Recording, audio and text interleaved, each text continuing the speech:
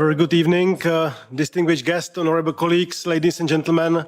Welcome to the premises of the European Parliament for today's conference, Nanoplastics, the hidden connections and emerging risks to human health and the climate stability. This conference is being organized by Patriots for Europe political group and the ALLATRA Global Research Center. The science is not anonymous. This was a sentence I dared to say and write when justifying the rejection of the new planned EU climate goal for reduction of greenhouse gases by 2040. And as I dared, I was really roasted by the progressive guys. Why?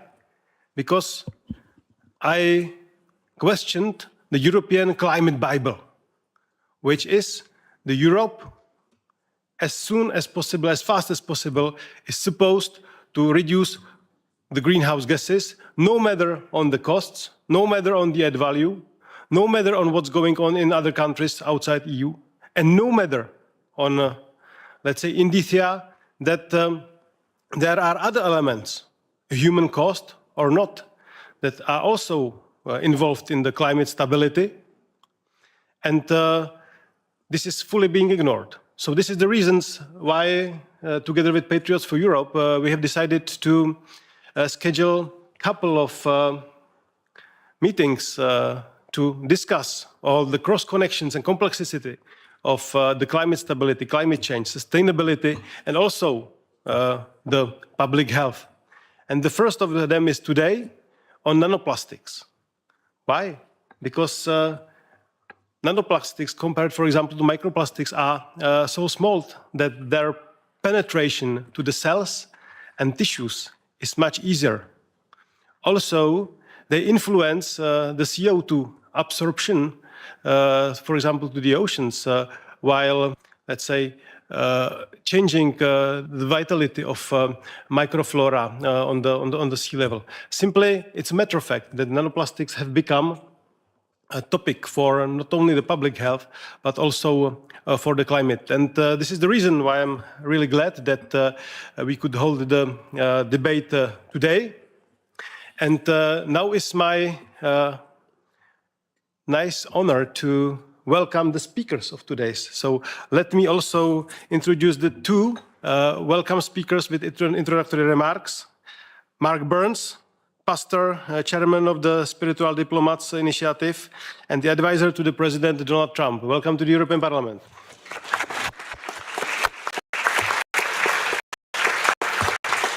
Marina Ovchinova from USA as well, the president of the ALLATRA International Public Movement. Welcome.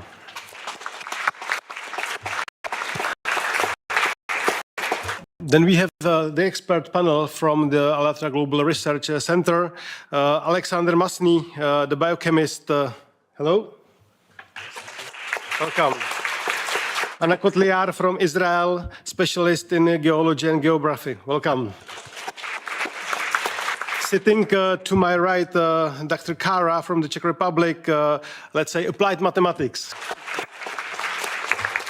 Dr. John N. from USA, having the master degree in chemical engineering. Welcome.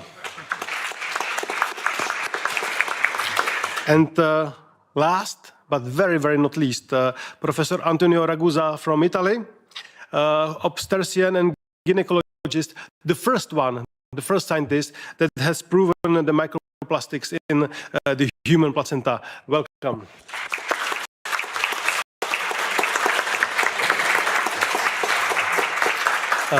After the introductory remarks of our two colleagues, there will be debate into 4 blocks, and therefore there is just one simple housekeeping rules.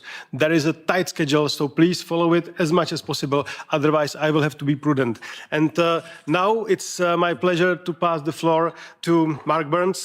Mr. Burns, welcome to the European Parliament. The floor is yours. Thank you so much. First of all, to members of Parliament, your esteemed gentlemen, to all of the wonderful, wonderful people freedom around the world. I'm Pastor Mark Burns, and I'm truly honored to be here. Ladies and gentlemen,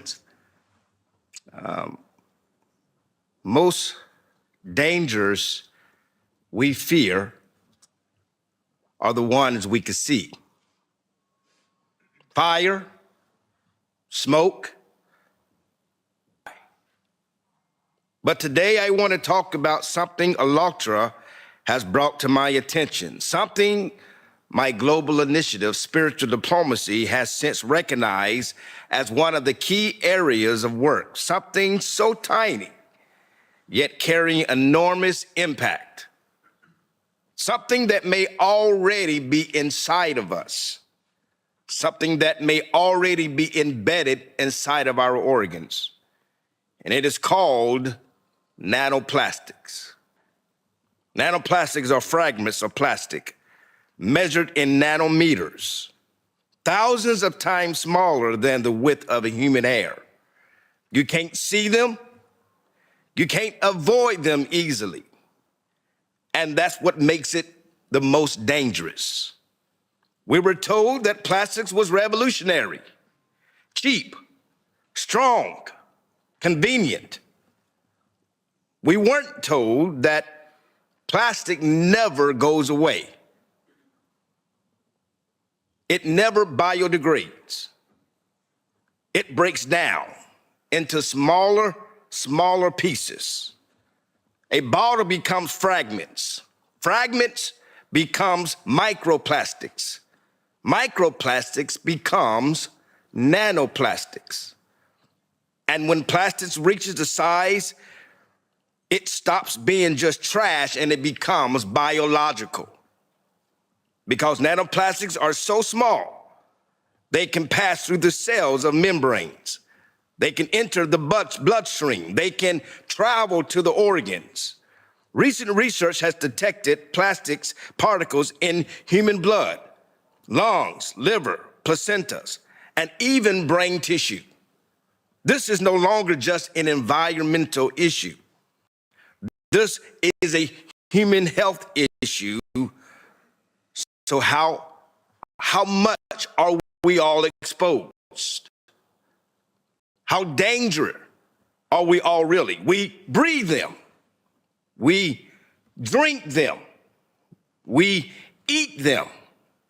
Nanoplastics have been found in bottled water, tap water, seafood, salt, fruits, and even inside our very homes, the very air we breathe.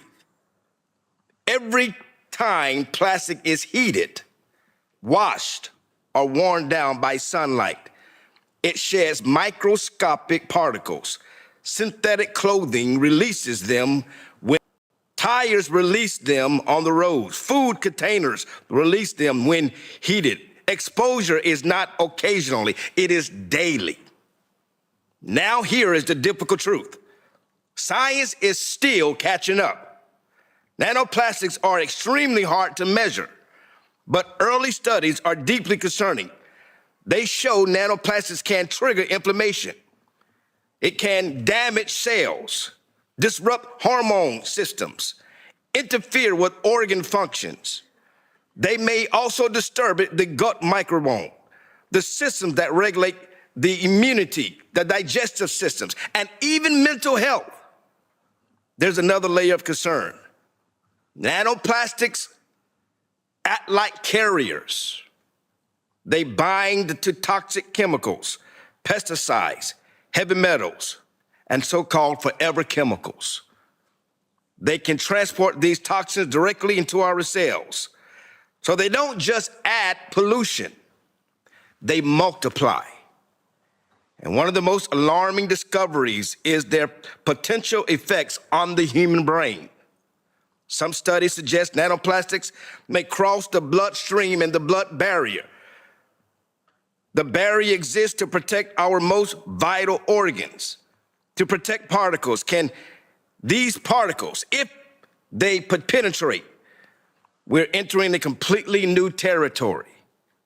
Even more concerning, plastics particles have been found across the placenta, which means exposure begins before birth.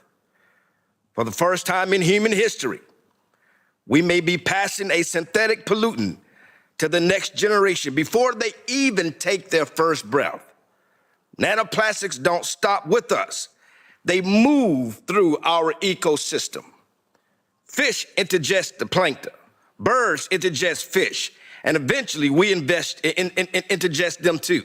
They alter our soil health. They interfere with the plant growth. They disrupt microbiological systems that agriculture depends on. This is a planetary 911. And I believe that even now, moreover, because of their small size, most everyday defenses were never built for them. Standard household filters are not designed to regularly and reliably capture particles at the nanoscale. Standard air purifiers are not designed to reliably remove them from either our air or our existence. Once these particles enter tissue, living tissue, the problem becomes even harder. You cannot simply clean nanoplastics out of the body cell. You cannot easily reverse what has already crossed biological boundaries. And even the solution, we often rely on plastic waste to not solve this part of the problem. Recycle may reduce, but it does not remove the plastic that has already begun to fragment, disperse, and enter the air.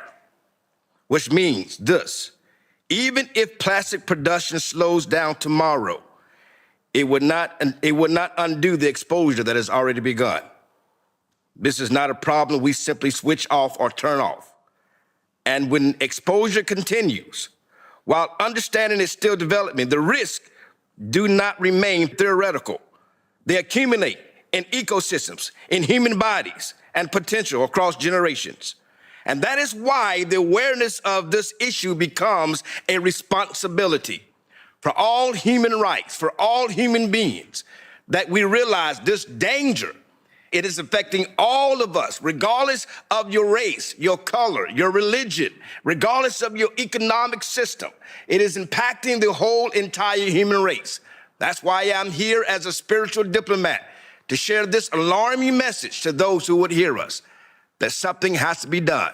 I'm truly honored to be in your presence, to receive and to hear and to be one of the voices that calls a 911. Nanoplastics has to become a mainstream topic, and I am so excited to hear these wonderful leaders that have a solution to this problem called nanoplastics. Thank you so much.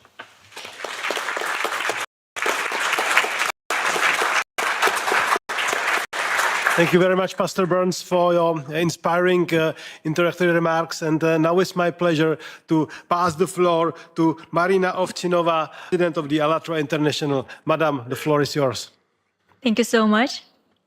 Ladies and gentlemen, Mr. Knotek, distinguished members of Parliament, dear guest, it's a big pleasure for me to be here in the heart of the European democracy and to have this opportunity to discuss such an important topic. And thank you so much, Mr. Knotek, for bringing the topic of nanoplastic to the parliamentary level. It's very important, and I truly hope, like Mr. Burns just said, that people will focus on that idea and continue to investigate. I represent ALLATRA International Public Movement. This is international community of volunteers from 180 countries, including scientists, researchers, professionals from different diverse fields. The activity of ALLATRA movement focus on comprehensive study of climate, geodynamic, and of course, environmental risks, advancing scientific awareness of these threats. The international dimension of our work is implemented through participation in the key global platform. Over the past 2 years, our participants took part in COP16, COP29, COP30, the other UN and OSCE events as well. At the beginning of 2026, in the United States, under the leadership of Pastor Mark Burns, the spiritual advisor to the President Donald J. Trump, and thanks to Pastor Burns' initiative, Spiritual Diplomacy, a series of high-level human rights event was held on the ALLATRA platform within the U.S. Capitol and Congressional Complex as well. In the scientific dimension of our work, our research platform, the ALLATRA Global Research Center plays a pivotal role. It is an independent analytical center officially registered in the United States as 501c3 nonprofit organization and also listed in the European Union Transparency Register. And today's conference is based on the 2025 report, Nanoplastic in the Biosphere, from molecular impact to planetary crisis, prepared by specialists of the ALLATRA Global Research Center.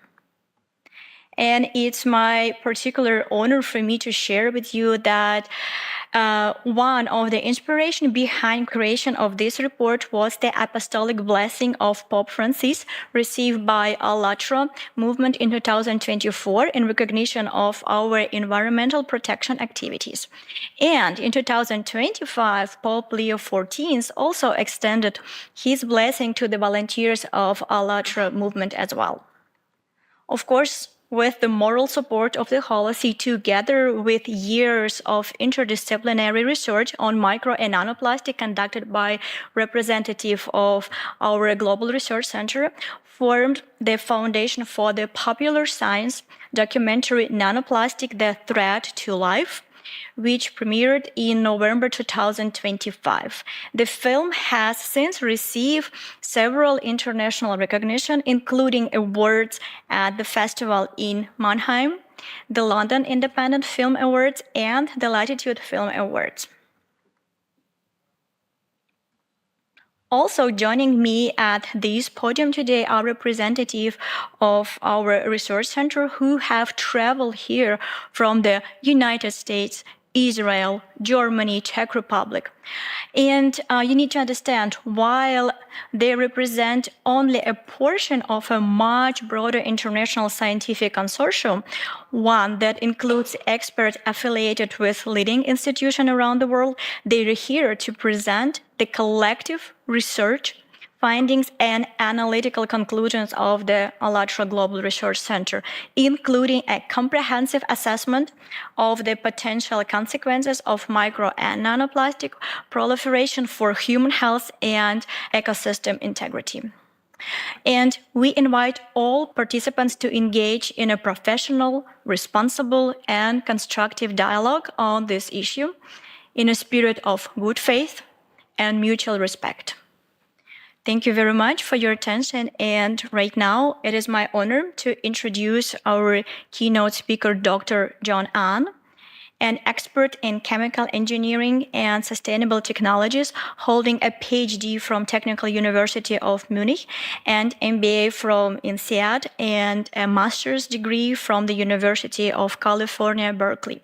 Within the ALLATRA Global Research Center, he focuses on the environmental impact of plastics on human health and planetary system. Dr. Ahn, the floor is yours.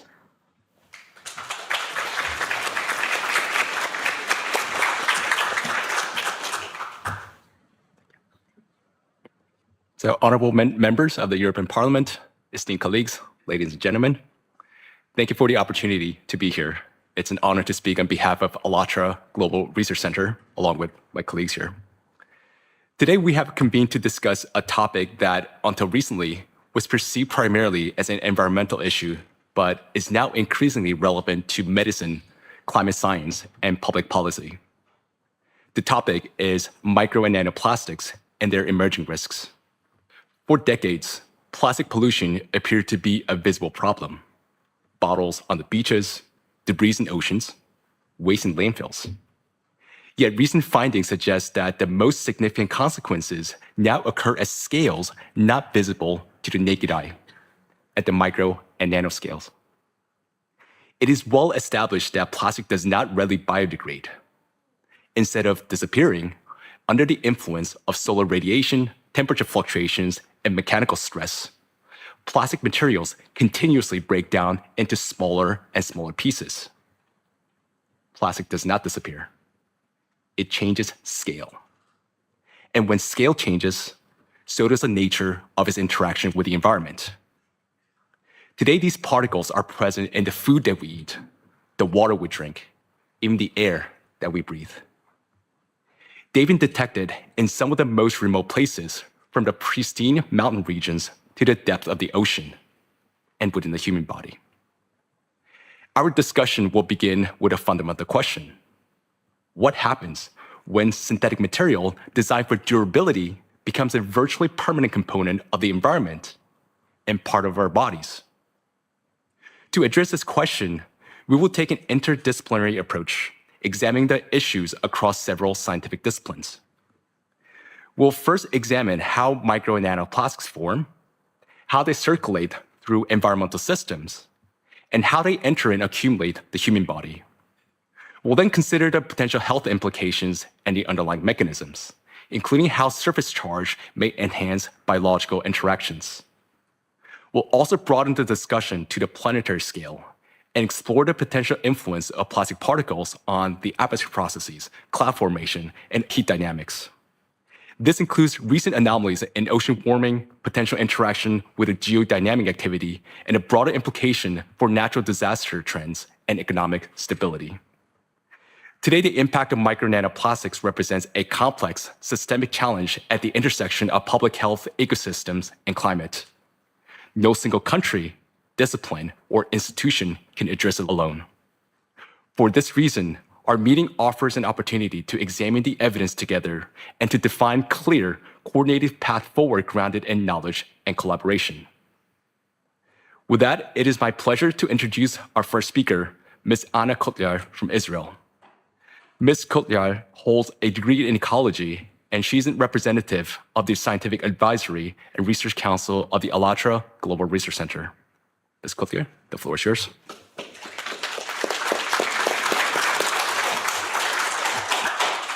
Good afternoon. It is an honor to address you today. Thank you. Plastic is no longer separate from the natural environment. It now functions within it, gradually destroying its natural processes. Since the mid-20th century, more than 9 billion tons of plastic have been produced. It has become one of the most widely used materials and is used in almost all areas of life, from transport and aviation, medicine, cosmetics, and household goods. However, less than 10% of the total volume is recycled, and the bulk of it is accumulated in the environment. For example, a plastic bottle that does not disappear over the time, but breaks down into particles the size of a grain of sand, less than 5 millimeters, and this is microplastic. Some of them we can still see, but many already looks like a dust.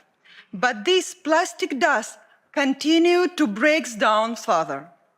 The particles become so small that they cannot even be seen with a regular microscope.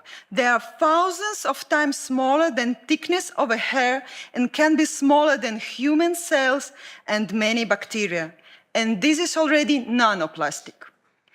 But it is important to understand that when plastic breaks down, not only does the size of the particles change, but their properties change as well.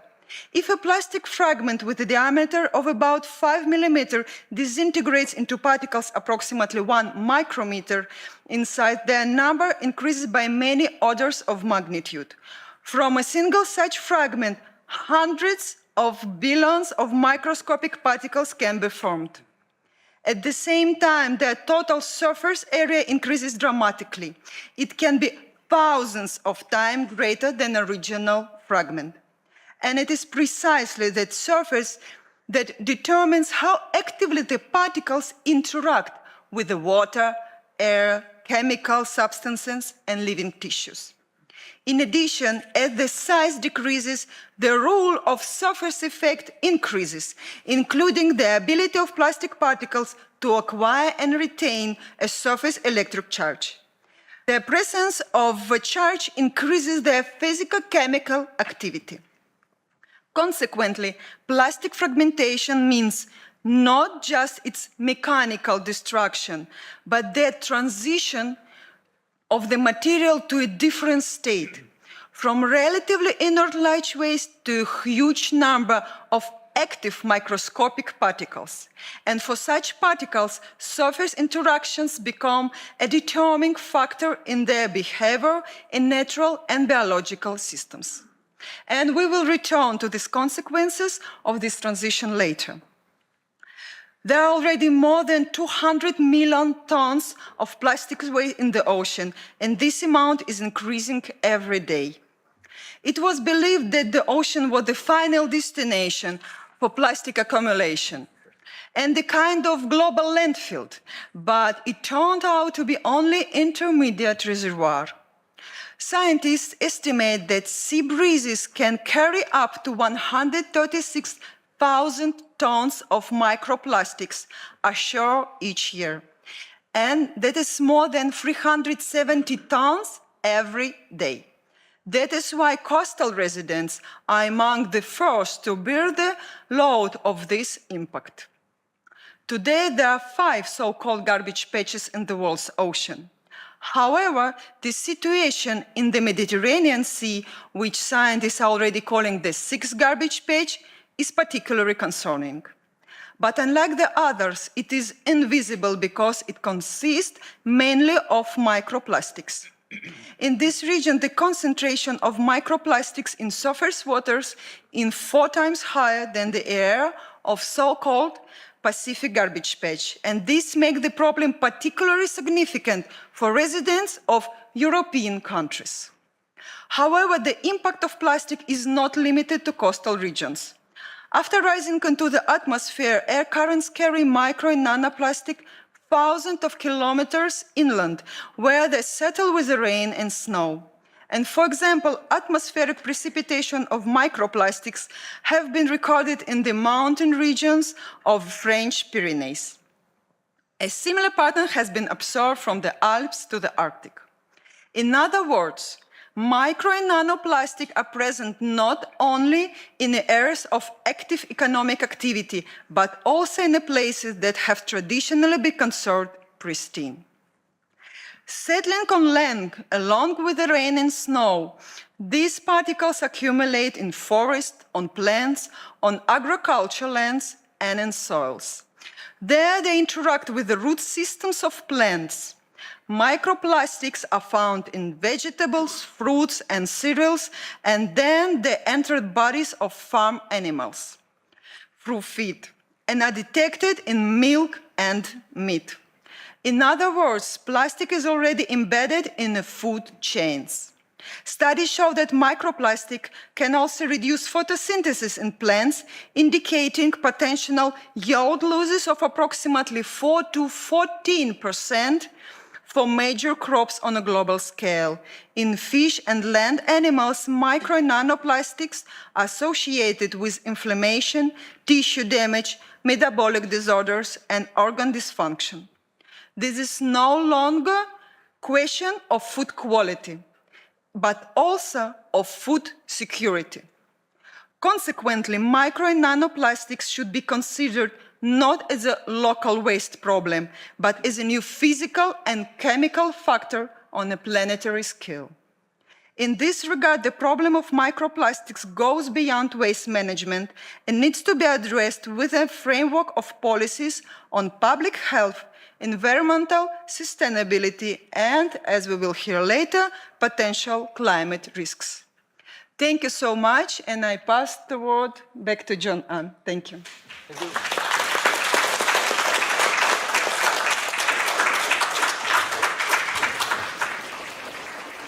So micro and nanoplastics are everywhere, in the food we eat, the water we drink, and the air we breathe.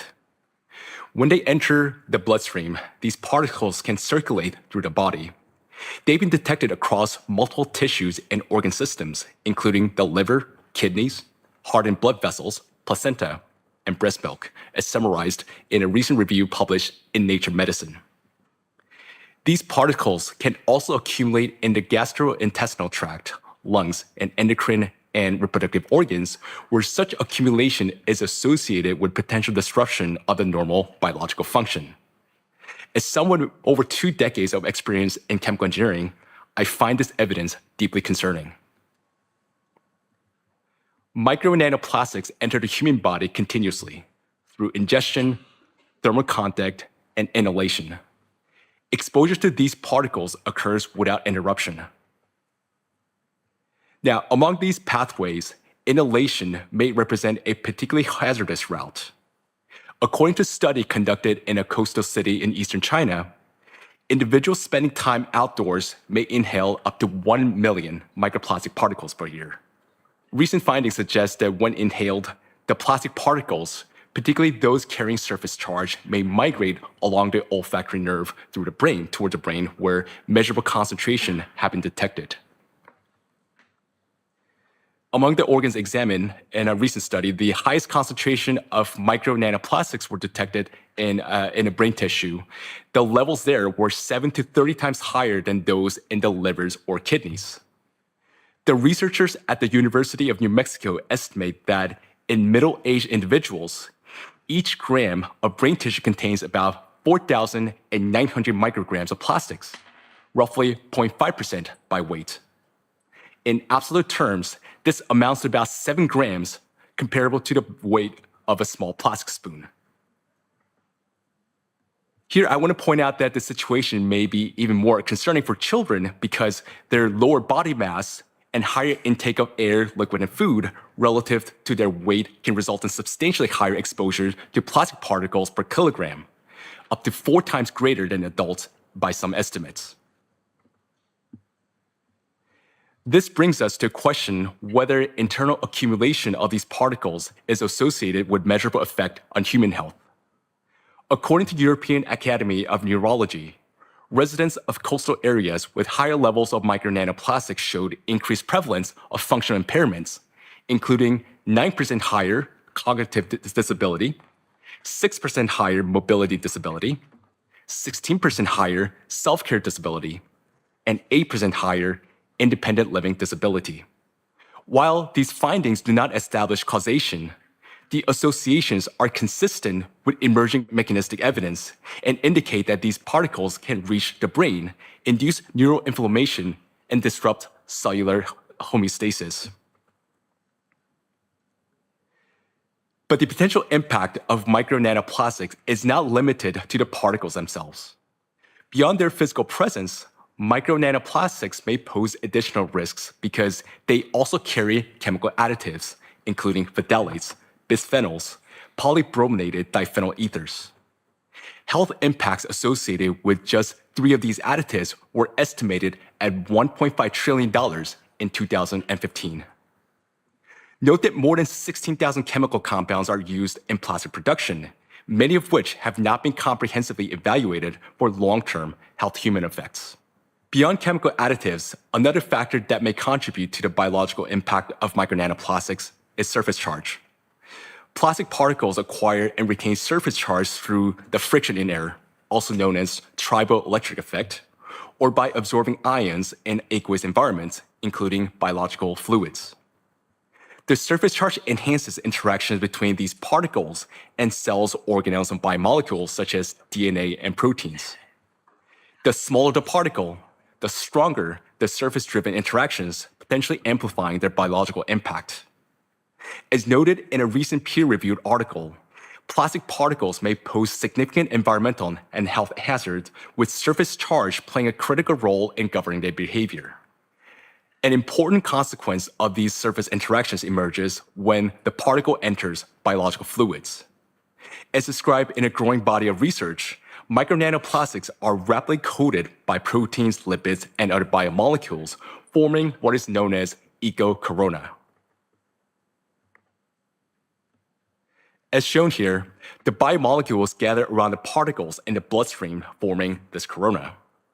This molecular coating can alter how the particles are recognized by cells and the immune system. Rather than being identified solely as foreign materials, they acquire a new biological identity determined by the molecule bounded to their surface. As a result, these particles may be internalized more readily by the cells. Studies suggest that micro nanoplastics, particularly smaller nanoplastics, can cross several of the body's key protective barriers, including the intestinal barrier, the pulmonary barrier, the blood-brain barrier, and the placental barrier. Once these are across these barriers and within the tissues, these particles are not readily cleared and they may persist for prolonged periods. In addition to persistence in the body, micronanoplastics may also increase viral stability. Viruses exhibit strong adsorption to plastic particles, and nearly 99% of the viral dose in some experiments was bound to their surfaces. Those that normally would lose viability rapidly may remain detectable on plastic surfaces for several days, and up to a week in some cases. Through this surface binding, micronanoplastics may function as a virus carriers, potentially contributing to prolonged viral persistence and influencing transmission dynamics. Here, it is important to note that these particles also exert direct biological effects. Research findings indicate that charged micronanoplastics may disrupt tightly regulated cellular processes essential for normal cell function and survival. They may affect intracellular signaling, activate pathways involved in programmed cell death, and impair mitochondrial function, thereby affecting cellular energy production. For more on this topic, I now invite Mr. Alexander Masny. Mr. Masny is a biochemist with a Master's of Science in Life Science Informatics, and he's a representative of the Scientific Advisory and Research Council of the ALLATRA Global Research Center. Mr. Masny, the floor is yours. Thank you. Thank you so much. It's a great honor to speak here today on this topic. And we'll have a look about what is known of the actions of nanoplastic particles and their electrostatic charge properties inside a living cell. As Dr. Ann already mentioned, there is much evidence today of potential accumulation of nanoplastics in the brain. But what is happening there at the cellular level within neurons? To better illustrate this, we'll now watch a short animation which schematically will demonstrate how electric charge of nanoplastic particles could influence living cells.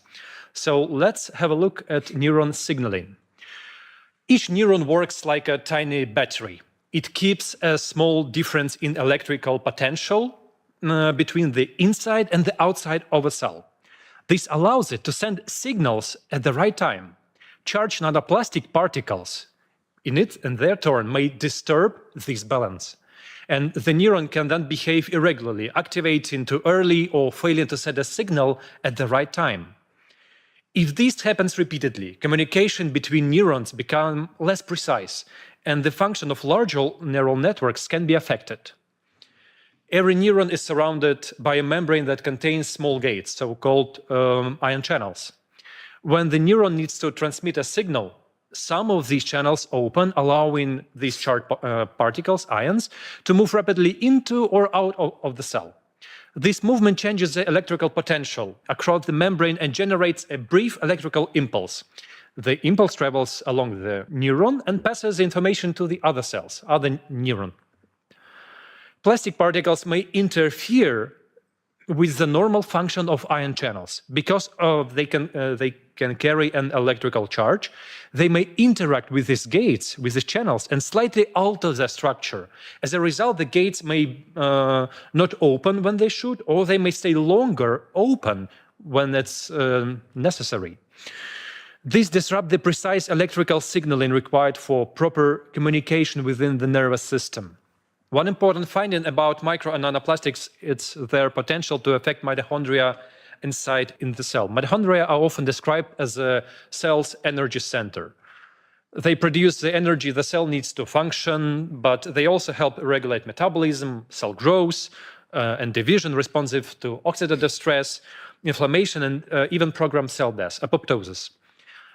Because of the very small size and electric charge, nanoplastic particles can enter cells and reach even mitochondria. There, they may interfere with a normal mitochondrial function. When mitochondria stop working properly, it means the cell can no longer efficiently produce energy or carry out necessary functions, essential processes.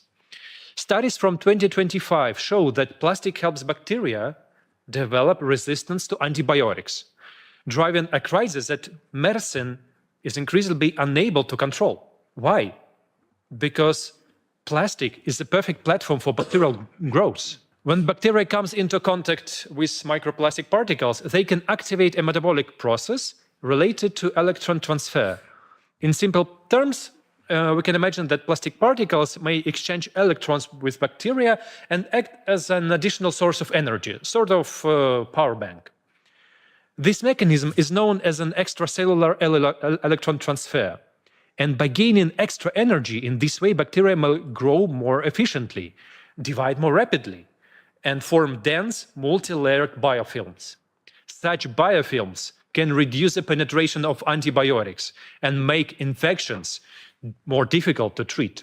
The range of diseases associated with the destructive impact of micro nanoplastics in the human body is extensive. And it's important to say that when we do not yet have done longitudinal human studies directly linking micro nanoplastics burden to specific clinical outcomes, however, we can say that the presence of micro nanoplastics in organs is confirmed.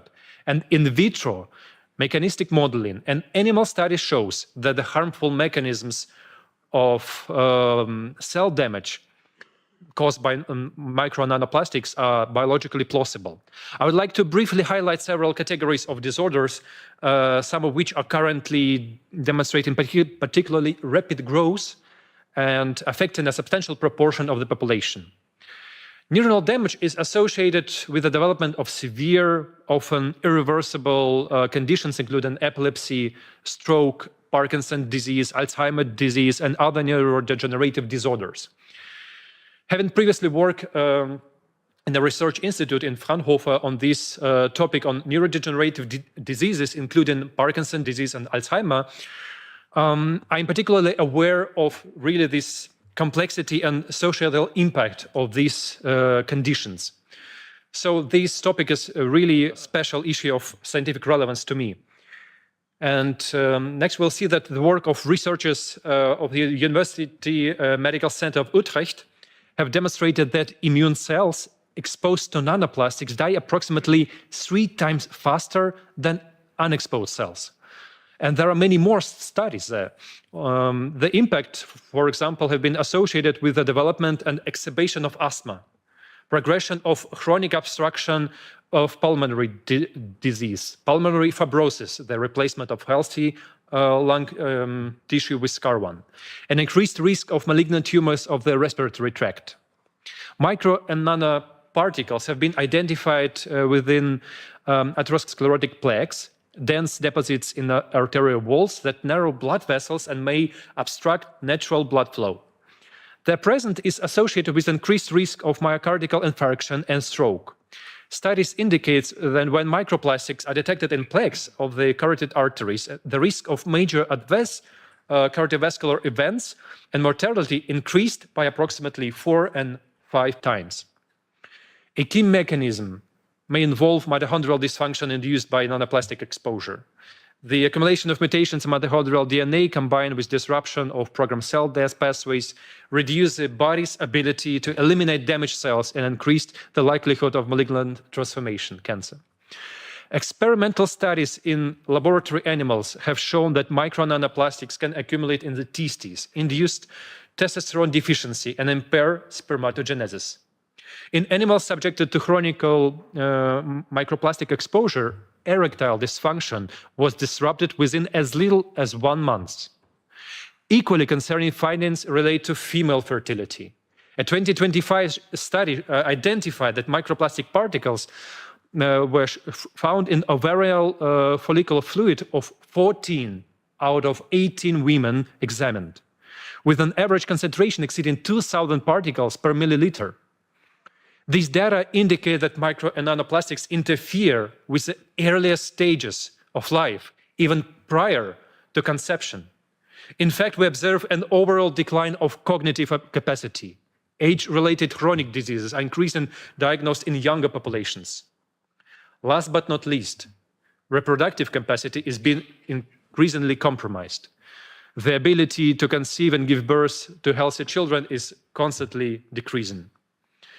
In summary, micro and nanoplastics can no longer be considered merely a matter of environmental pollution. Substantial evidence indicates that it constitutes interference with the fundamental mechanism of human life. What is therefore at risk is not only our present condition, but the well-being of future generations. This topic is now being continued by Professor Ragusa, who will address the impact of children's health.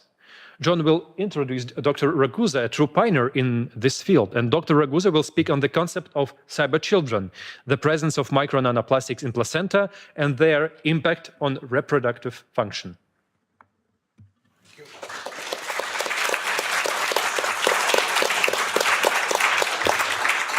So, dear colleagues, today I have the honor of introducing a scientist whose research has advanced our understanding of how deeply plastic pollution has penetrated the very foundation of life. Professor Antonio Ragusa is an Italian physician, obstetrician, gynecologist, and a researcher who was the first to identify microplastic particles in the human placenta. This discovery, published in 2021, marked a pivotal moment in modern research.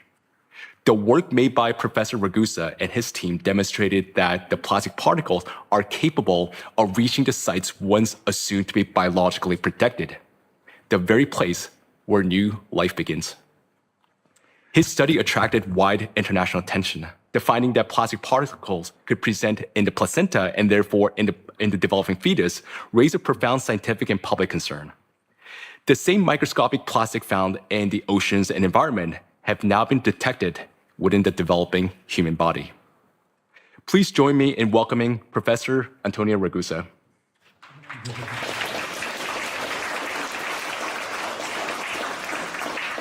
Thank you. I'm sorry, but I'd prefer to speak Italian. It's my native tongue, so I'm much more comfortable expressing myself in it, especially since I know there's simultaneous interpreting. Unfortunately, a few years ago, we discovered that plastics are present in the human placenta. Let me digress a little bit. Here you can see photos of plastic fragments found in the human placenta. This brief digression is necessary to show you that the very same plastics present in the oceans and seas are found in the amniotic fluid and inside our children. It's the same plastic because everything on Earth is interconnected and interrelated.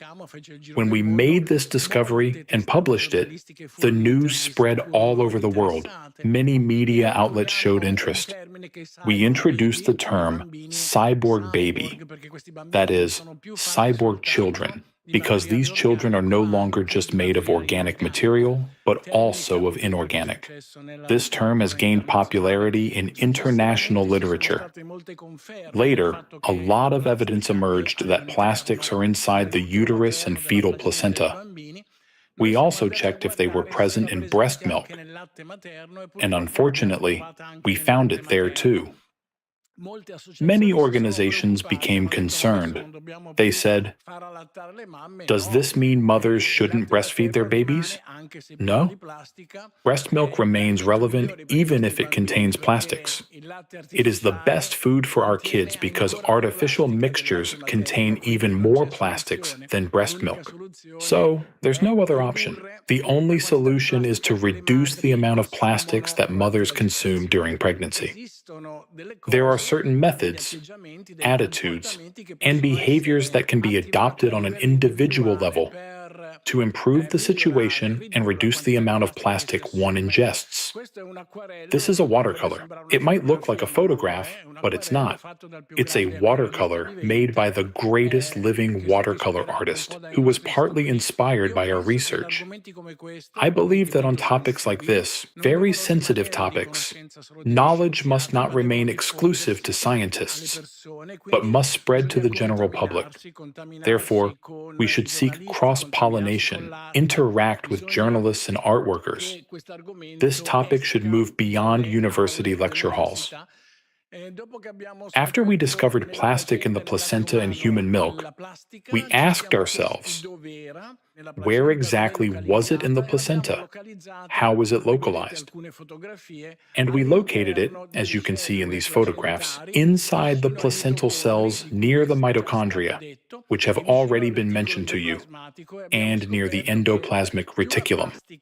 We discovered that the closer the plastic gets to the mitochondrion and the endoplasmic reticulum, the more these small intracellular organelles are morphologically deformed. Their shape is altered. And strangely, the plastic does not enter the cell nucleus. It is not yet clear why it remains in the cytoplasm, in the peripheral area. However, if you look at this beautiful illustration by Maria Mata, who worked with me on this research, you can see on the left a cell with its cytoplasm perfectly organized, mitochondria, endoplasmic reticulum, and so on. On the right, conversely, is a cell invaded, infected. Because plastic behaves like a microorganism, it infects, infected by microplastics. One can observe a state of anarchy where the cellular structures are completely distorted. Here you can see these very interesting experiments on mice, showing that exposure to microplastics alters fetal growth. You might say, well, Ragusa, those are just mice. We can do without mice. But that is not the case, because in humans as well, the amount of plastic found within the placenta is inversely proportional to growth. In other words, the more plastic there is, the smaller the infants are, the smaller their brains are, and the smaller their heads are. And these are humans, they are not mice. Moreover, the amount of plastic present in the human placenta is correlated with premature birth, which is one of humanity's greatest misfortunes. Currently, worldwide, this varies by nation and the degree of development within those nations, but currently, 10% of children globally are born prematurely, and this is a source of dramatic disability across the world. It is the most significant source of disability globally, and this disability is correlated with the amount of plastic present in the mother's placentas. Other conditions, such as cholestasis, for instance, which is a significant disease, are also correlated with the amount of plastic in the placenta, as is the fetus's ability to respond to hypoxia. Perhaps you are unaware because you're not obstetricians like me, but for children to be born, they have to go through sort of a dangerous journey, a very perilous journey, and they face hypoxia.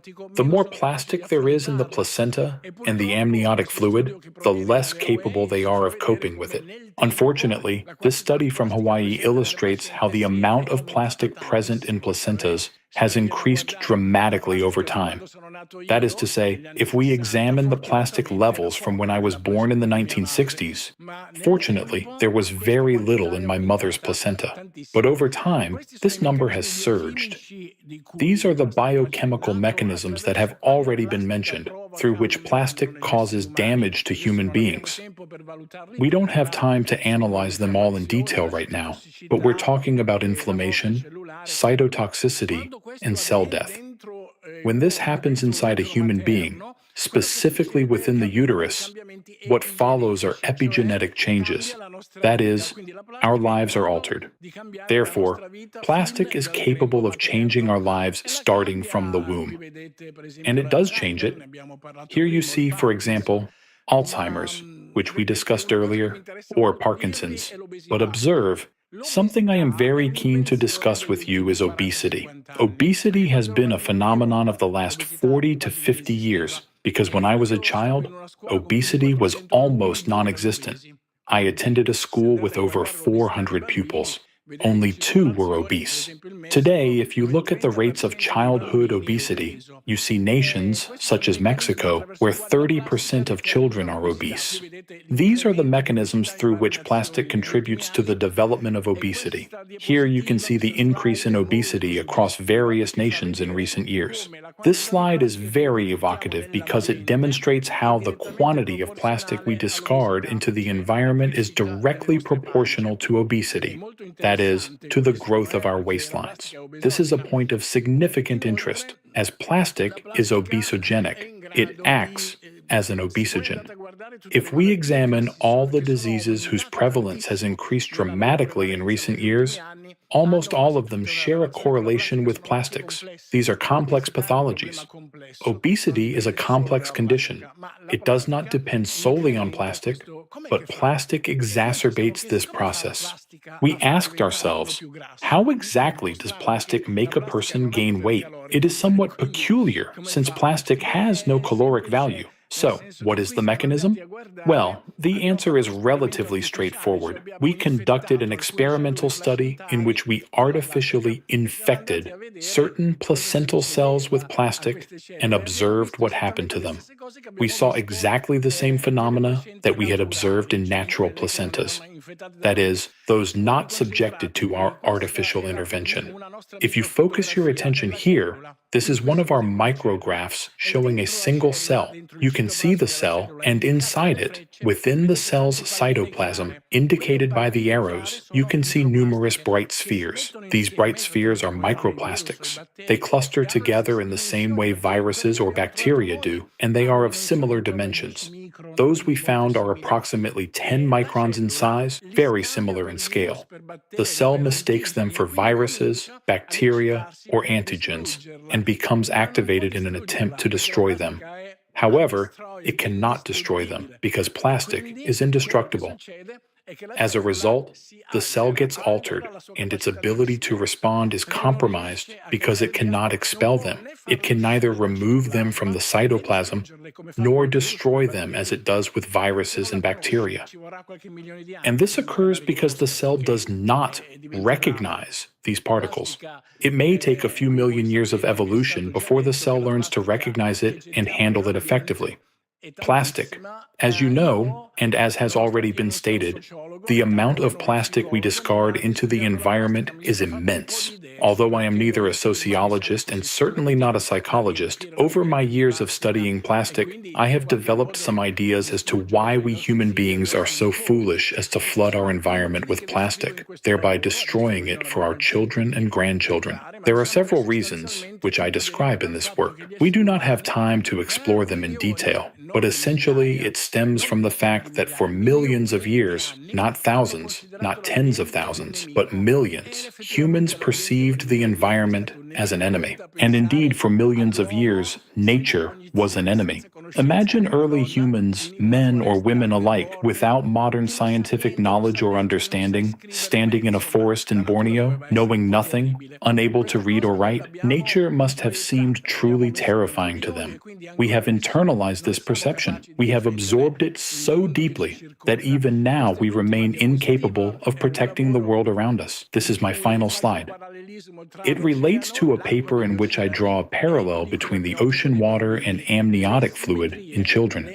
The symmetries, analogies, and similarities between ocean water, its specific concentrations of salts, magnesium, potassium, calcium, and so on, and amniotic fluid are astonishing. These two fluids are almost identical. Therefore, when we throw a plastic bottle onto the beach, it is as though we are throwing it into our mother's wombs, because all environments are interconnected. We are all part of a single, unified network. Can we do something about it? Yes, we can. Consider this. More than half of all the plastic produced worldwide is manufactured by just 20 companies. 20 companies that reap extraordinary profits. Yet the debt is paid by all of us, who gain absolutely nothing from this. Therefore, from a legislative standpoint, intervention is not impossible, although it is certainly not easy. I believe that since the world today is driven by economy rather than politics, we must make it economically advantageous to preserve our planet. There are mechanisms that can be used. I describe them in this work. They are not the simplest, but we can seize this opportunity to change the world. I will conclude my presentation with this final, very striking slide. You may not know this, but today the leading cause of death among sea turtles is plastic. Thank you for your attention.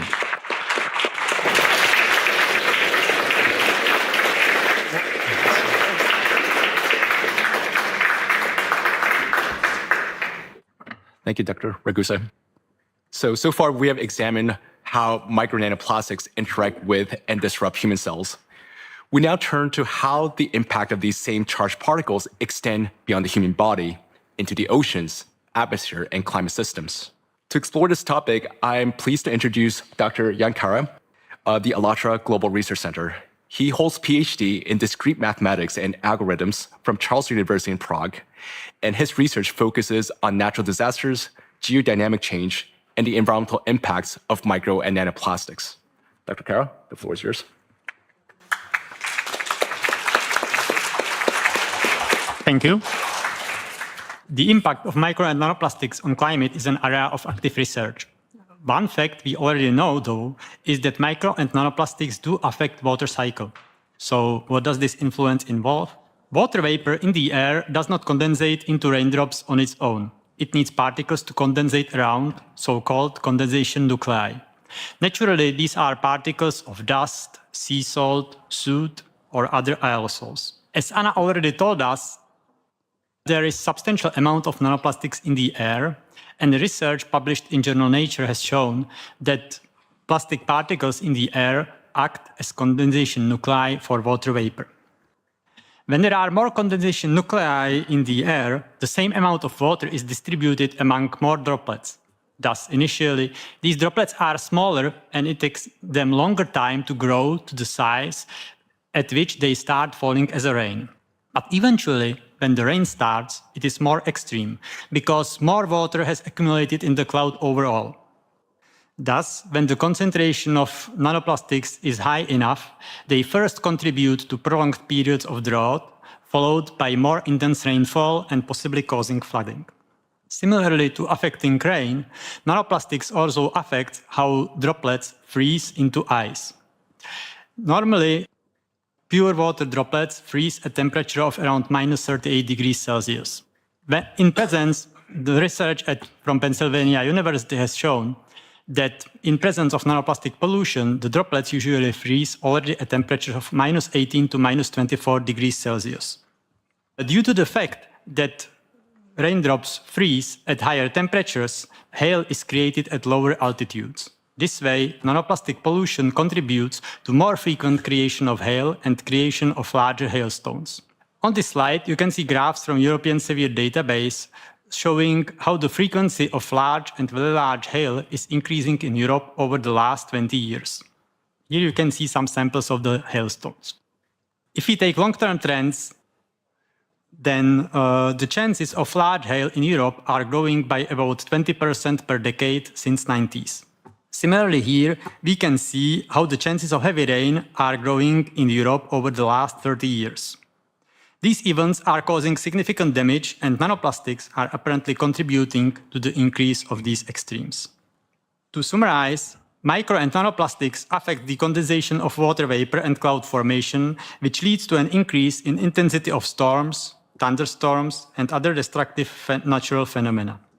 Since the effects of charged micro and nanoplastics isn't taken into account in our models, these particles are possibly also leading to higher inaccuracy of our weather forecasting and climate modeling. Now, let's move from the air into the ocean. The ocean and the atmosphere are a single climate system. Water has the unique capability to absorb enormous amount of heat. For comparison, just 10 meters thick layer of the ocean is able to absorb more heat than the whole atmosphere. Ocean absorbs heat during the day and releases it at night, thus smoothing out temperature fluctuations. Ocean thus plays a key role in maintaining planet's climate stability, acting as a kind of natural air conditioner. The ocean also removes heat from tectonic plates and releases it into the atmosphere. We hypothesize that large-scale pollution of the ocean with micro and nanoplastics is disrupting this precise cooling mechanism. Nanoplastic particles concentrate in the ocean in three main layers: at the bottom, at the surface, and in the middle in the area of thermocline, where the water temperature and thus density sharply changes. Plastic particles with surface charge interact with water molecules at the level of hydrogen bonds, and this alters the chemical and physical properties of the water, possibly slowing the heat dissipation into the atmosphere, and thus contributes to creation of zones of overheating inside the ocean. We hypothesize that the concentration of micro and nanoplastics in the ocean is sufficient to affect the heat exchange within the ocean.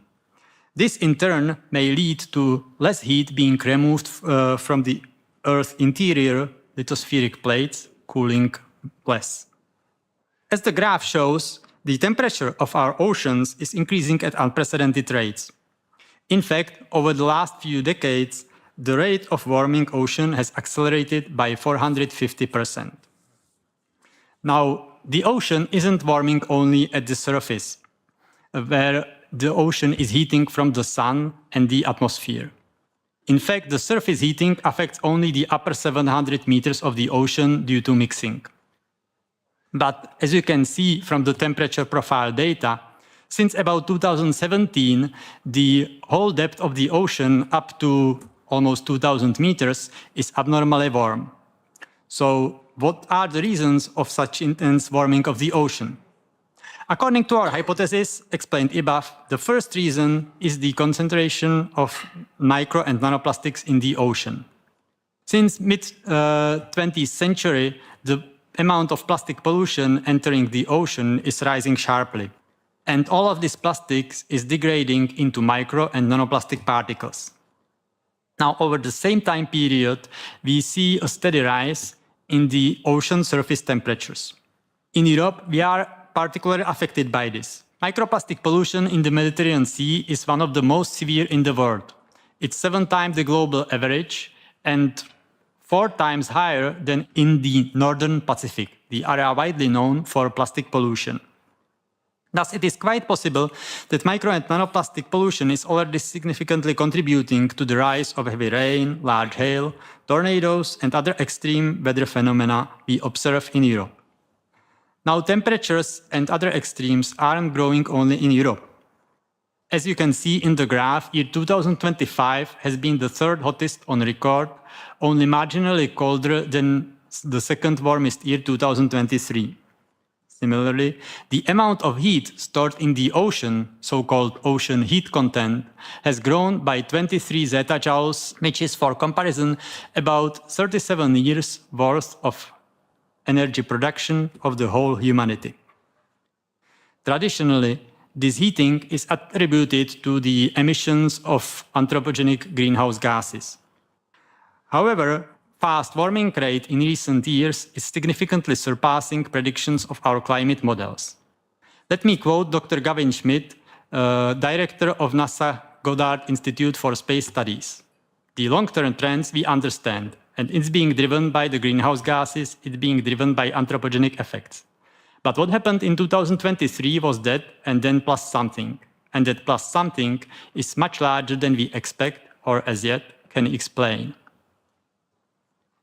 This demonstrates how traditional climate scientists are confused by the recently observed fast warming of our planet. As you can see, the warming steadily continues in 2025 as well. On these graphs from a study published on January 9th in the Advances in Atmospheric Sciences showed that although in 2025 the surface of the ocean was not record warm in 2025, that's the graph on the right, the total heat that has accumulated over the year in the ocean was the highest since the measurements began. We are of the opinion that although anthropogenic greenhouse gases contribute to the long-term warming trend, they cannot explain currently observed fast heating, indicating there are other important factors that are impacting the climate and that are not taken into account. A factor we already spoke about is the pollution with micro and nanoplastics, which possibly impacts the ocean-atmosphere gas exchange, cloud formation, water cycle, as well as heat transfer within the ocean. However, we don't think this factor alone can explain the fast warming of the planet. Our hypothesis suggests that the geodynamic changes are another important factor contributing to the planet's warming.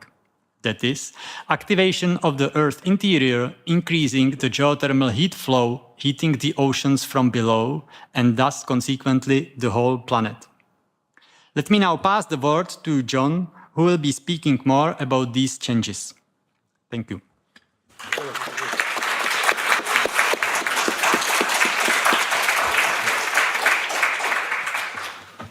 Thank you, Dr. Kara. So I will now present an analysis from the ALLATRA Global Research Center on additional factors contributing to the ocean heating. Let us now begin with recent temperature records. From the spring of 2023 to the summer of 2024, the average global ocean surface temperature broke historical records daily. Dr. Rob Larter, a British marine geophysicist, commented, "It's quite scary, partly because I'm not hearing any scientists that have a convincing explanation of why it is we've got such a departure. But the impression at the moment is that things have gone further and faster than we expected." Professor John Abraham from the University of St. Thomas suggested that the previously unrecognized factors may be influencing the long-term ocean temperature trends, the factors that are not accounted for in existing climate models. As mentioned earlier, micro-nanoplastics may alter the physical properties of the ocean waters, effectively trapping heat within the ocean. But I want to point out that the plastic itself does not generate thermal energy. It only limits its release. This raises a fundamental question. Where does the heat come from? Recent studies show that the ocean warming is occurring not only at the surface, but also in the deep oceans. NOAA scientists reported that in the Argentine basin, at a depth greater than 4,500 meters, the temperature increased by about 0.02 degrees Celsius between 2009 and 2019. Heating such a vast volume of water requires an enormous amount of energy, an energy equivalent to roughly 4 times Europe's annual consumption. A similar trend has been observed in the Weddell Sea off the coast of West Antarctica. There, the upper 700 meters showed little warming, while waters below 2,000 meters warmed at a rate roughly 5 times higher than the global average at comparable depth. Note that solar energy penetrates to the depth of about 200 meters, and even accounting for the vertical mixing, it rarely extends beyond 700 meters. The solar radiation is likely not the explanation for deep ocean warming. So then, this leads to further question. What is driving the warming of deeper layers? A commonly accepted hypothesis proposes that the surface water are heated by the solar radiation and the atmosphere, with global ocean circulation transporting this heat greater to depths. But findings from a recent study at the Ocean University of China challenged that explanation. In this study, researchers identified what they termed subsurface marine heat waves, approximately 1/3 of which showed no surface manifestation. Another half appeared at the surface only during a certain phases of their development, while during other phases, they remained confined to the subsurface layers. If atmospheric heating were the sole driver, one would expect the thermal anomalies to first emerge at the surface and then propagate downward. Instead, observations indicate that some heat anomalies develop independently of the surface warming. These findings therefore suggest that atmospheric forcing alone may not fully account for the observed dynamics, and that additional energy contribution from below should be considered. One such potential source is geothermal heat, the heat originating from the planet's depth beneath the ocean floor. This source has long been underestimated, yet many scientists note that it can significantly influence the ocean dynamics and thermal balance. Although geothermal heat flux from the Earth's interior is often considered relatively constant, it may vary over time due to processes such as intensification of tectonic and magmatic activity at depth. The potential connection between seismic activity and ocean temperature anomalies is an area of an ongoing scientific investigation.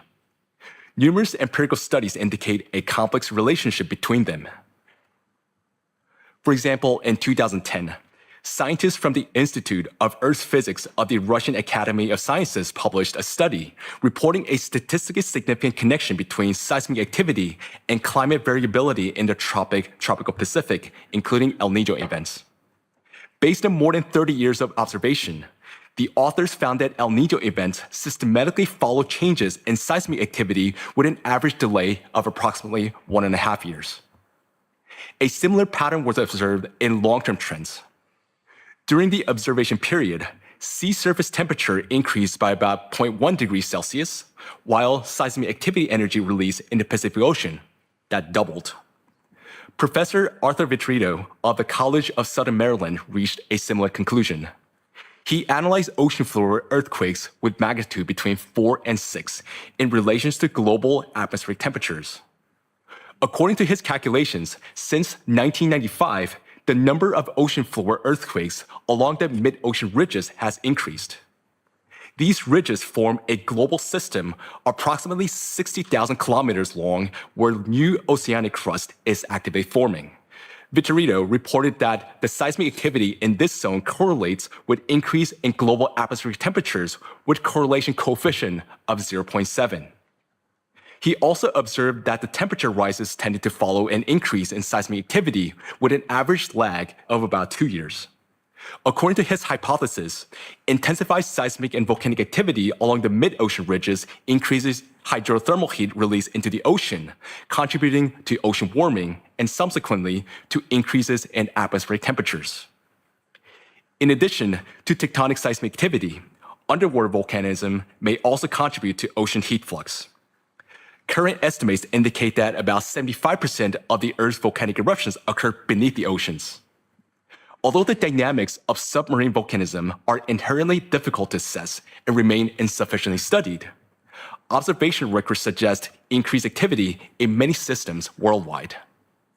Data compiled by the Smithsonian Institution show an increase in the number of recorded eruption days per year, with erupted lava often exhibiting unusual characteristics, including elevated temperatures and chemical compositions associated with deeper mantle sources. The slide highlights volcanic systems identified in various studies over the past 15 years, where these anomalous characteristics are exhibited here. Europe is not immune to these developments. For example, the Vesuvius Observatory reports that the Campifligre caldera in Naples, Italy, has entered a phase of heightened activity with recent energy releases exceeding levels recorded during the crisis of the 1980s. In Greece, the Santorini Colombo volcanic system has shown renewed activity marked by earthquake swarms associated with deep magma movements. In Germany, the Lachaussee volcano, dormant for about 12,000 years, has also exhibited seismic unrest. It is important to consider the possibility that increased heat flow from the Earth's interior into the ocean system may be associated with the observed intensification of seismic and volcanic activity. In this context, geodynamic processes at depth may represent an additional factor influencing the ocean temperatures and indirectly atmospheric temperatures. An intensifying phase of geodynamic activity already carries serious implications. But today, this intensification is coinciding with a growing burden of micro and nanoplastic contamination, potentially amplifying the planetary vulnerability. The convergence of these forces may compound risks and place additional pressure on economic and social stability. Leading scientific institutions and global risk assessment agencies report a structural shift in disaster patterns with both frequency and intensity increasing. To understand this shift, let us consider a fundamental mathematical concept: linear versus exponential growth. Linear growth increases steadily and predictably. Exponential growth accelerates. The rate of increase itself rises over time, outpacing the linear projections. Today, natural disasters, including storms, floods, and wildfires, increasingly exhibit patterns consistent with exponential growth.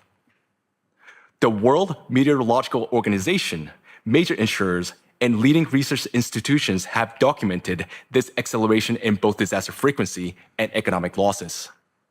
In Europe, the total reported natural disasters, as well as heavy rain events, hailstorms, and tornadoes, show similar pattern. This exponential pattern requires a different framework for evaluating threats and planning responses. Traditional risk models built on linear assumption may no longer be sufficient.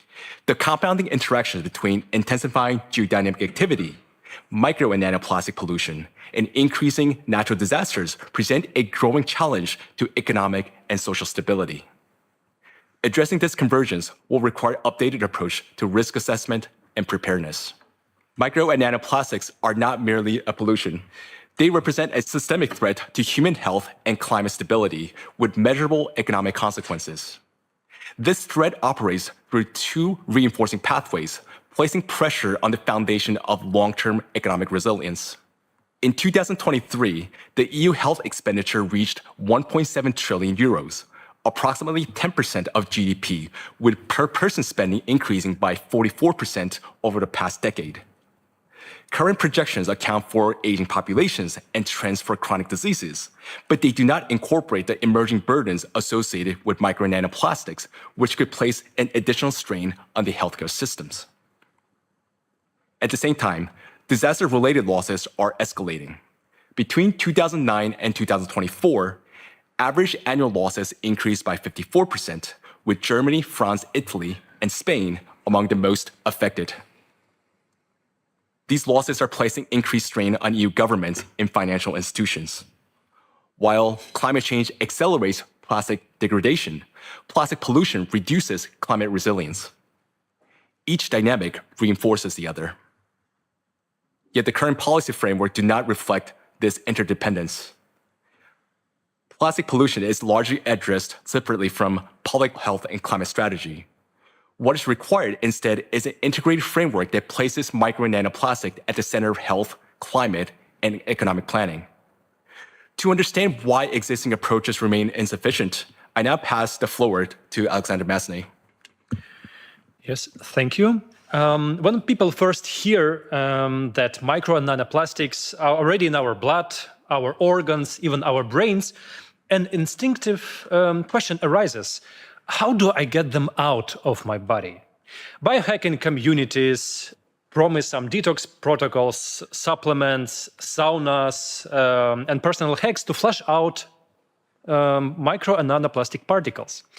But this approach fundamentally misses the point, because no detox can extract particles that have crossed your blood-brain barrier and is already embedded in your organs. And here is the cruel irony. The very solution promoted by blood purification contain plastics themselves.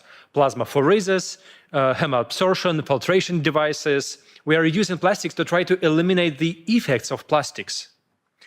These procedures cannot extract plastic from cells. They cannot neutralize surface charges. They cannot restore disrupted cellular pathways. As Professor Sajju Ganatra has stated, that there is no safe levels of these chemicals in the body.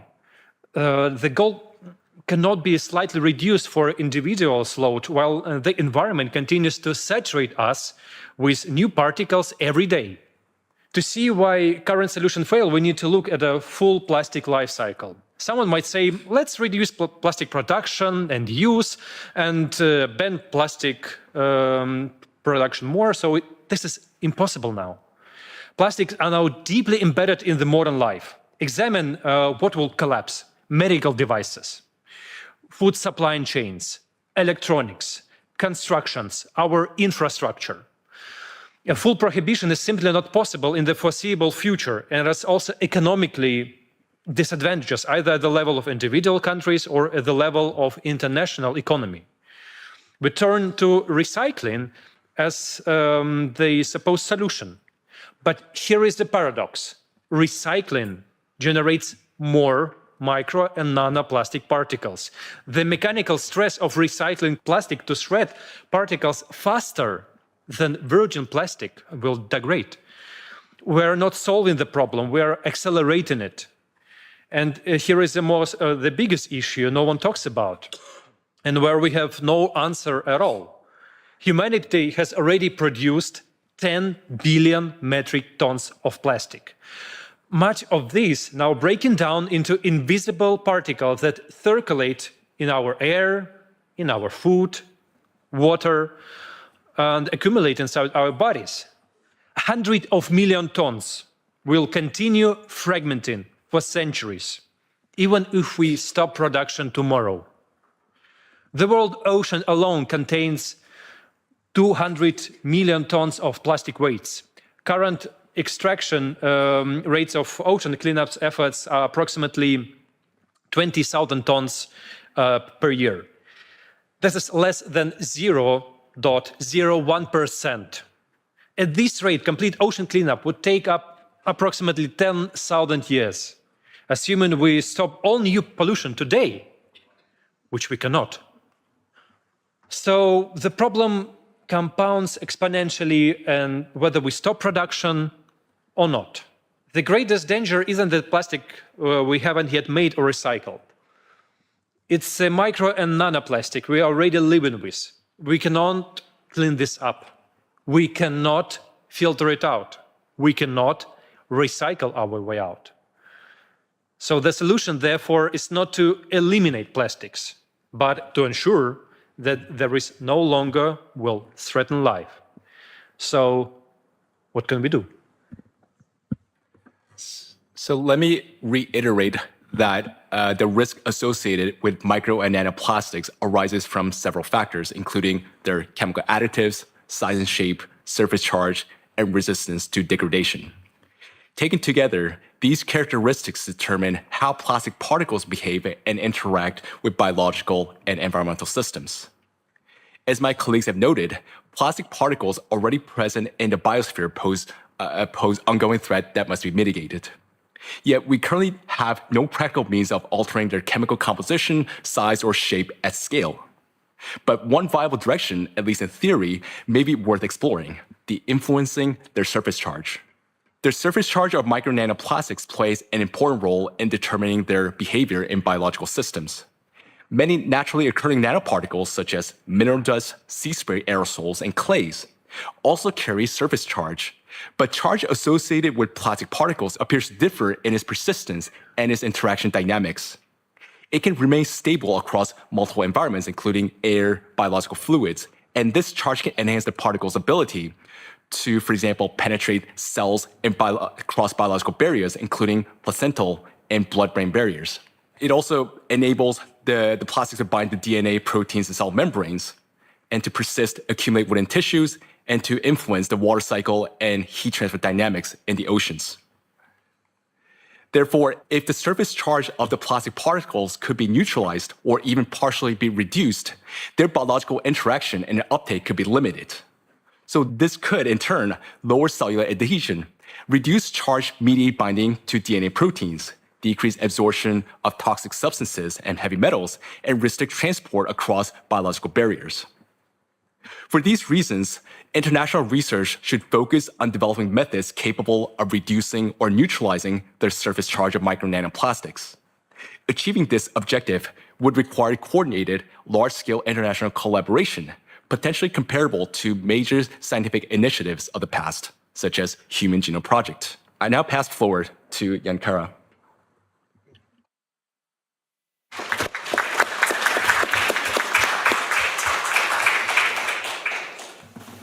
Thank you. Dear distinguished guests, esteemed colleagues, members of parliament, we have just heard about the problems that nanoplastics cause for ecosystems, human health, and climate. Now allow me to turn to the main question. What do we do next? What steps can we take right now? First, we lack unified European standards for monitoring plastic particles under 10 microns. Each research group uses its own methods, its own classification criteria. Therefore, we cannot compare data from different studies from different countries.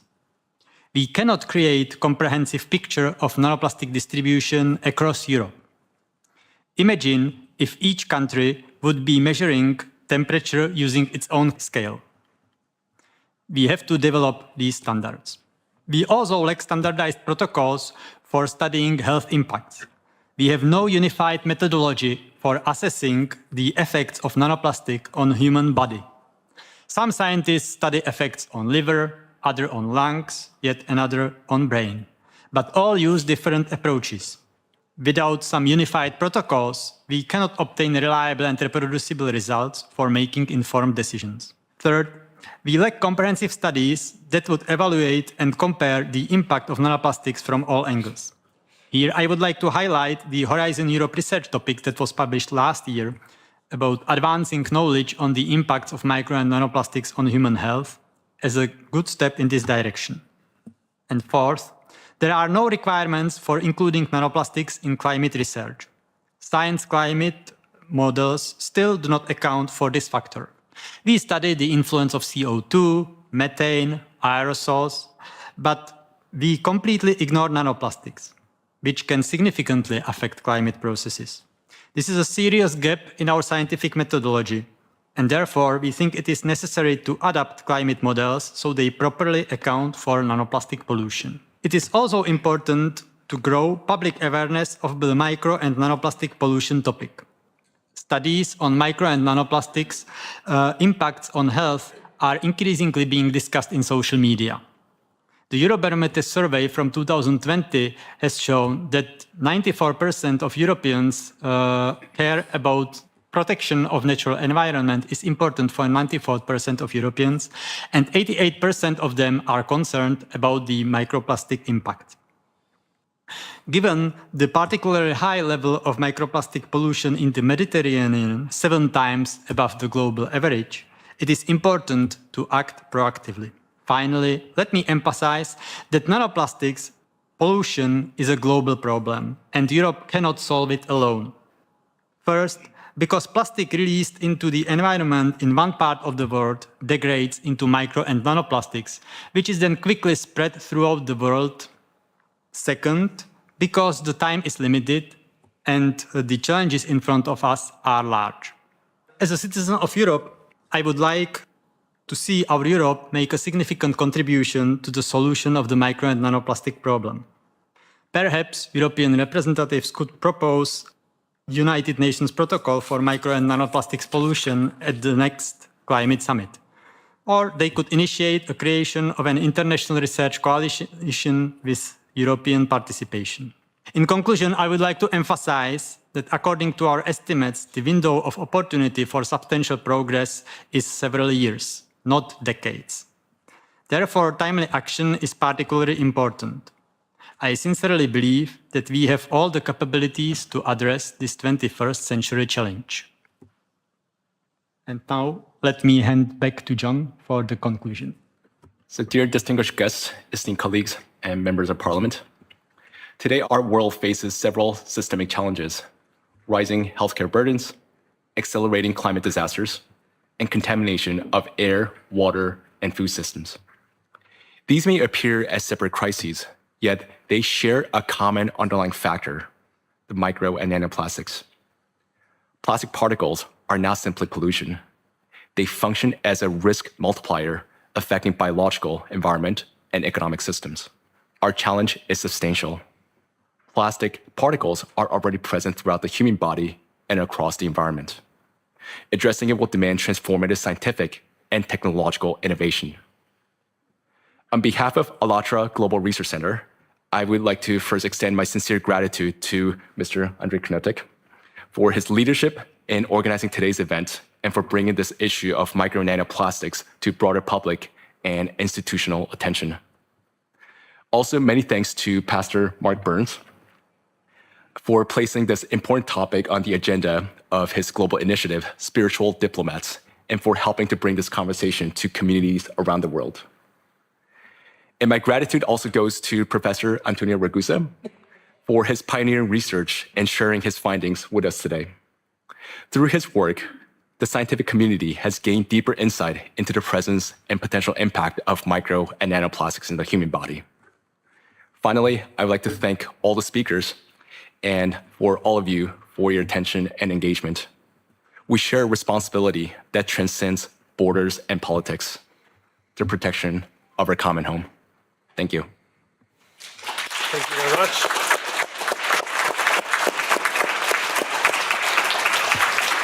Thank you very much for all your professional contributions.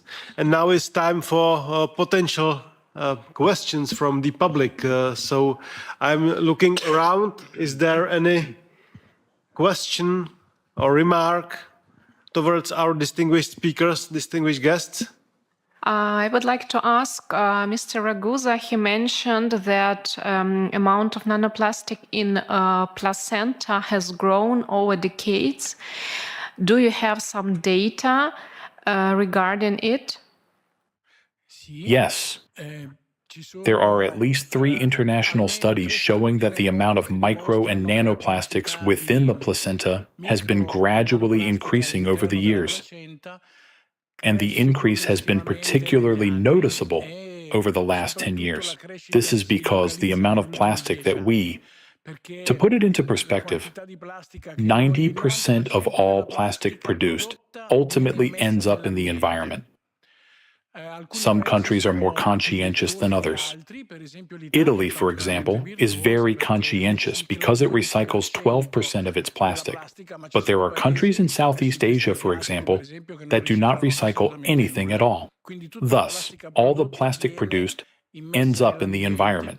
And, as we have shown earlier, the external environment, that is the seas and oceans, is closely connected to our internal biological environment, specifically the placenta and amniotic fluid.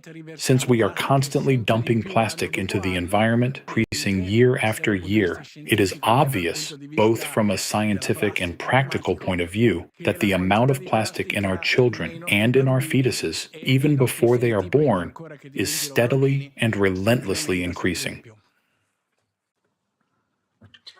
Grazie mille. Thank you very much for the answer, Professor Garuzzo. And any potential question? Oh, yeah, the madam over there. Please go ahead.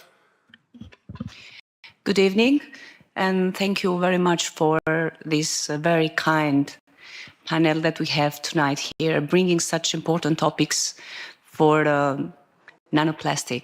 I am Anila Prete, a journalist from Albania. Actually, Albania is not yet a member of European countries, but geographically we are in Europe.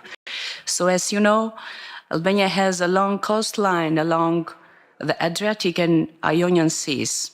Based on your experience and the studies you have conducted on the impact of nanoplastics and plastic waste management, what are the minimum steps of small countries, for a small country like Albania, to have effectively monitor and manage the risk in its waters? And the other question is, how can these measures be integrated into the effective national legislation, considering the correct regulatory gaps that we have in our nation?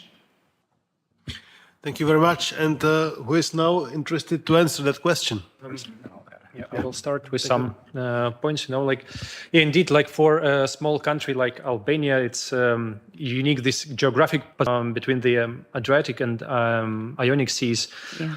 The issue of micro nanoplastic is particularly acute. And in correspondence to your question about these minimum measures, I would like to begin with the context of today's discussion that we ever ready. The need to develop really a unified European standards for monitoring plastic particles smaller than 10 microns have already been rightly, a right step. And this conference, we have discussed it and proved that actually it's very important to really do it all together with all countries. How this can be integrated in national strategy? So in our opinion, like a minimal yet effective step is really to, what you can take immediately, is to create supportive conditions for the scientists who are engaged in micro and nanoplastics research. Resources could be directed towards a research group focused on identifying viable methods, developing solutions on neutralizing the surface charge of nanoplastics. And we see this as an investment in the future of kids. And by supporting domestic experts, by encouraging them to pursue this fundamental solution rather than addressing consequences alone, not only like merely as an observer, but a leader in this advanced research and in protective technologies against nanoplastic burden. So I hope, I've answered. Yeah, I would just add that, another thing with that, like everyone can do is to raise awareness. I mean, like just as an ordinary person, you could, a lot of people, maybe not a lot of people, but some people are not aware of this invisible problem. It's just the micro nanoplastic is just everywhere, but we don't see it. So oh, people think, oh, it's not really a problem, but it is a problem. I mean, you have seen the data, you have heard what we've talked about, and it's invisible. But let's make that visible, and you can do that through just simply by talking to your families at dinner tables, or I mean, you're part of in a media. So I mean, just do what we can to best of our abilities, because I mean, like when we have such a big noise from just ordinary people, then that could help to raise the awareness and bring to the solution. I mean, a lot of times things don't come from the top to the bottom. Sometimes things have to come from the bottom to up, and this is something we can do as individuals. So that's what I want to add. Thank you very much. I'm looking for another question. Oh, the madam in the very last row was first. Okay, yes, you. Thank you so much. Thanks for the really interesting discussion. I was really curious, just thinking about some of the solutions that were being discussed, whether the panel has any opinion on the future global plastics treaty that's being negotiated, so for a treaty to end plastic pollution. And at the moment, nanoplastics are not mentioned at all, and microplastics barely at all. So would just be really curious on your reflections about the role that a treaty could play in solving some of the issues that you presented. Thank you. Okay, maybe so I'll try to answer. So sure, I think the treaty is a good thing because it will at least end addition of new plastic into the ocean or into the biosphere. Yeah? But I will also have to say that as far as I know, the treaty is already being negotiated for 3 years and we are still not there. So yeah, I'm hoping that it will come to some good closure soon. Like, let's say it is approved and then we stop adding the plastic into the ocean. That's certainly a good step, but as John was already saying, and Sasha mainly was saying, we have already the problem with 10 billion tons of plastic that's already out there. Yeah, and that's decomposing, and it's enough of it to cause us a lot of problems. So in this sense, I think this treaty is actually not enough. And we will have to come up with other solution how to deal with the existing plastic. And so far we don't even have the scientific understanding how to do this. So I guess like some treaties are a bit premature at this point, but we have to, let's say, get the common will to significantly invest in understanding and researching the problem. Thank you very much. The next question was from the madam in the red shirt. Yep. Okay. Thank you very much for this very informative session. I note that you said earlier that there's no safe levels for micro nanoplastics in us, but the reality is we can't escape it, as you've already also shared. And you highlighted a point that sometimes we do get action when it's bottom up. So just wondering if there's enough bottom up pressure, I guess, applied, if we could get more action from top down by legislation and rules, by having minimum safe threshold levels. Do you foresee that we will develop some kind of safe range or safe limit for the various polymer types? Maybe I can initiate the answer to this question. As I outlined in the beginning, the problem here is that you don't see the problem, yeah? And it's not physically visible. And so, as it is a multidisciplinary agenda, it touches, as I said in the beginning, the Bibles, so-called political dogmatic Bibles. And there are many politicians over the world, but also here in this house, in this Brussels bubble, that had really invested so much political capital in saying that, for example, the climate change is caused only by burning the fossil fuels, okay? And if you now come with the theory that there are some nanoplastics, microplastics, that, okay, can damage the health, but no one sees it so fast, but of course the studies are there, but it's not so visible problem yet. And at the same time, it destroys the Bibles. They try to be resistant because basically it would mean that for at least one or two decades, they didn't say the full truth to their electorate. And what they try to do, those progressive guys usually, they try just to maintain their electorate, and they cannot admit a change. I'm coming from a corporate business. For me, if we had the company strategy and the time showed that the company strategy needs improvement, we did it. But for some political branches, political parties, simply if you go this direction, then you should change it.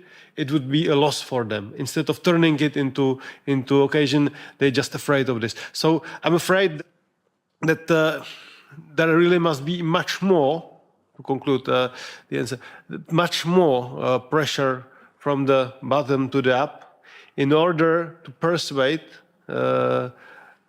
politicians across the party, because in the European Union, unfortunately, we don't have a majority system. We have 5, 6, 7, 8 political groups, and you have to find majority across them. Yeah, in over the Atlantic, it's maybe sometimes a little bit easier, Pastor Burns, that you have basically two parties and they are changing. Yeah? So, strong occasion for public to be more vocal on this topic. That's my answer. Thank you. Okay, maybe I'll address the question about the safe limits. Yeah. So here it is important to understand first thing. So, with plastics, it's not so much about the acute exposure into the plastics. Yeah. So there is the current plastics you are inbreathing isn't that large. The problem is that the plastics is accumulating in the body over the time. Thus, that's the problem with the safe levels, because even though the levels are low, because you get exposed to them every day with every breath, essentially, then over the years, they accumulate and eventually they start causing problems. So that's the problem with the definition of safe levels, or that's the main problem of defining the safe levels. So at this point, of course, we could define the levels so low that if we consider the accumulation over the whole lifetime, you would say, okay, it's negligible. But I'm of the opinion, although I have no data for this, that these levels would be so low that they would basically be impossible to reach anyway. Yeah, I don't think currently, at least given the current scientific knowledge on this topic, I don't think there are any safe levels. Yes, that's what we know so far. Yes, please, Professor. A good question is, why, if plastic is so dangerous for us, we live so long and we live more than our father and so on? Why? Because plastic don't kill you and don't kill us. Plastic don't kill. Plastic permit us to live along, but with a lot of disease. With a lot of disease. Plastic is able to growing the number of disease that we have.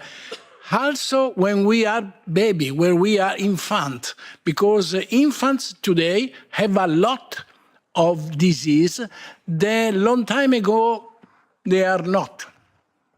And so the response to this question is plastic don't kill, plastic ti rende malato, do disease to you, not kill. Thanks. Thank you very much. I think we have time for the last possible question. Do I see a madam over there? Yes, please. Yeah, you. Yeah. I have a very quick question. As a psychologist, if I decide to make a research based on your experience to find or not a link between monoplastic and psychological disorders in public mental health, which variables will you suggest to use for this research? I must say that I come from Albania, so the needs there is very big. And I wanted to take this possibility to have a good answer. I would highly recommend you to inform yourself with the report that I mentioned, the foundation for this conference. In this particular report, you can find more than like hundreds of peer-reviewed articles and their analysis, so that will help you literally start your own research in this topic and follow all the sources. So if I can ask technical team to bring this report to the screen, I would really appreciate. So you can take a screenshot. Thank you. Mark, Pastor Burns, would you like to step in for final minute conclusion? Well, first of all, I'm very encouraged to see nanomicroplastics coming more to the forefront. Thanks to ALLATRA and to Marina and the wonderful team in the United States, I was just introduced to this immense real problem that exists. And through their ALLATRA's extent research, I have become extremely alarmed about nanoplastics. And to see these wonderful esteemed scientists on this panel is encouraging to know that people are working on the problem. But it is, as one writer said, it is insanity to do the same things and expect different results.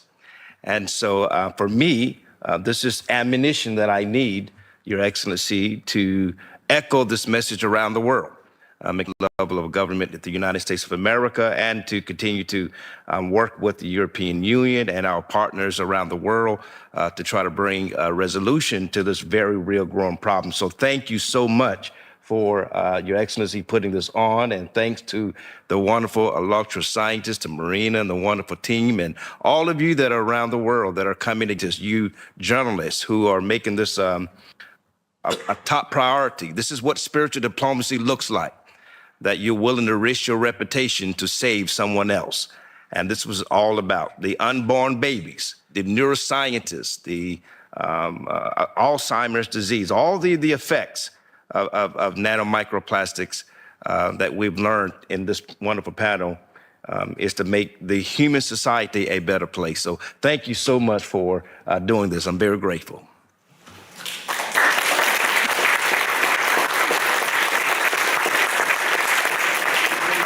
Thank you so much. And also I would like to thank firstly to all the professional speakers for really valuable contributions. And we all could see how complex challenge we are facing. It's a global challenge. It's a new phenomena, new element that basically the world has not been yet used to think about, to consider in its risk management.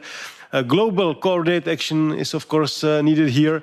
And I'm really pleased that we could elevate this topic also on the floor of the European Parliament. And I believe we will be able to continue fighting in the same direction. Once again, thank you very much to all of you participating, helping out, and of course to the speakers. Thank you very much.